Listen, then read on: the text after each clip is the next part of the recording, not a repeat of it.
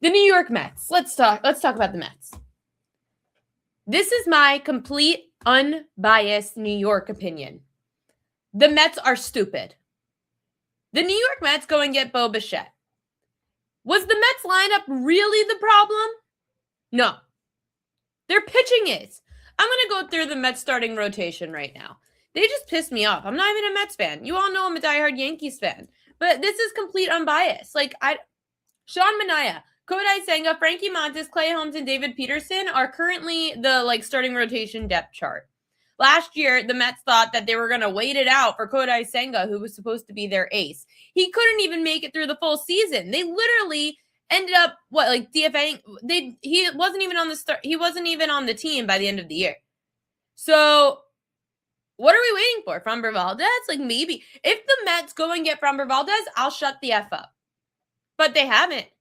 I had people in my DMs today when I posted to Instagram at Ari Epst, if you don't follow me there. I posted the video about how the New York Mets, congratulations, you got another bat for your lineup. When are we going to learn that an offense doesn't win you championships, defenses do? When will we learn? Mets fans are like, you're acting as if there isn't another 2 months before opening day. No, I'm acting as if the Mets haven't gotten a starting pitcher in 3 years. It's not about this year. It's not, oh, the Mets got Bo Bichette, now they'll do nothing. It's the Mets haven't done anything in 3 years. Sean Manaea, that was it. Sean Manaea. Sean Manaea had a good second half a couple of years ago when the Mets went on their little hot run and they lost in the NLCS, remember? Because they have no pitching.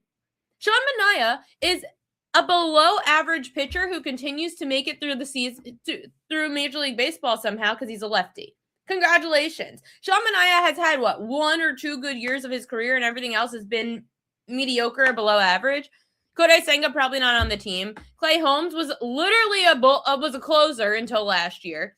David Peterson is a number 4 pitcher. Who is pitching for you? Nobody. Congratulations. You'll be the Sacramento Kings of a few years ago. You'll be the Detroit Lions of a few years ago. A team that, if you're lucky, can make it to the first round of the playoffs and lose because you have no pitching. The Kings, they were the best offense in the NBA a few years ago. They were outscoring people left and right, but their defense couldn't stop anybody. So they were winning 140 to 135.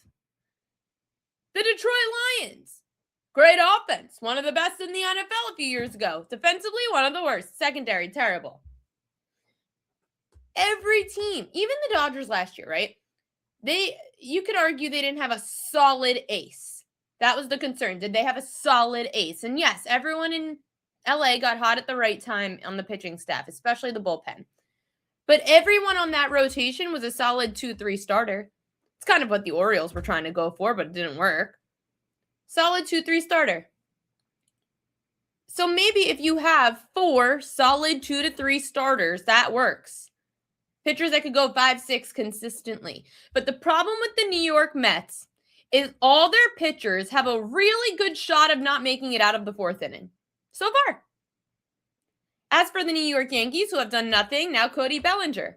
Are the Yankees going to sign Bellinger? Because if they do not, you will see Yankee Stadium burned down by its fans. There may be Yankee fans that go up to the Bronx and start burning down the building. Because if you can't get Cody Bellinger back, then what do you have? You're waiting for Garrett Cole to return. That's great. You've got a great starting rotation if you're the Yankees. If Garrett Cole returns, you got him, Max Fried, Carlos Rodon's fine. Who else am I missing? Luis Heel. You've got some solid pitching. But your bullpen sucks. So yet again, the Yankees bullpen still sucks. Even if you re-sign Cody Bellinger. I know everyone's like, oh, he's going to be worth so much money because of what Kyle Tucker just signed with the Dodgers. Sure. But what's your other option? Sucking?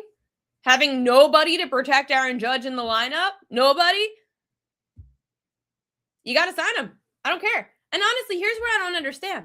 Everyone's like, oh, it's not worth the money. It's not your money. The Yankees will be fine. If Cody Bellinger signs with the Yankees and they have to give him a lot of money, the Yankees will be just fine. It's not like we're talking about the Kansas City Royals. We're not talking about the Tampa Bay Rays. We're talking about the New York freaking Yankees and the New York freaking Mets, who have all the freaking money in the world to compete with the Los Angeles Dodgers. Why are the Dodgers able to do it and the Yankees and the Mets are not? Explain it to me. The money's invisible. I know it's technically not, but it kind of is. Come on. If the Dodgers could figure it out, so can the other powerhouse teams, the biggest market in the world. It is so stupid. So no, the Dodgers aren't ruining baseball. They're taking advantage of baseball. That's big business. Congratulations. Great job, Dodgers. You're fantastic. You are smart. You know how to bring people in. You know how to hire people. You know how to be a good salesperson. You have figured out the system. And anyone who knows how to figure out the system deserves to win. Because everyone else seems to be falling behind. What I would love to interview. I would love to interview the Dodgers. I would love to be a fly on the wall of the Dodgers. How do they get people in? What do they tell them versus what everyone else is telling everyone? Because to be blatantly honest, I don't understand why nobody else can get anybody except the Dodgers. It makes absolutely no sense to me.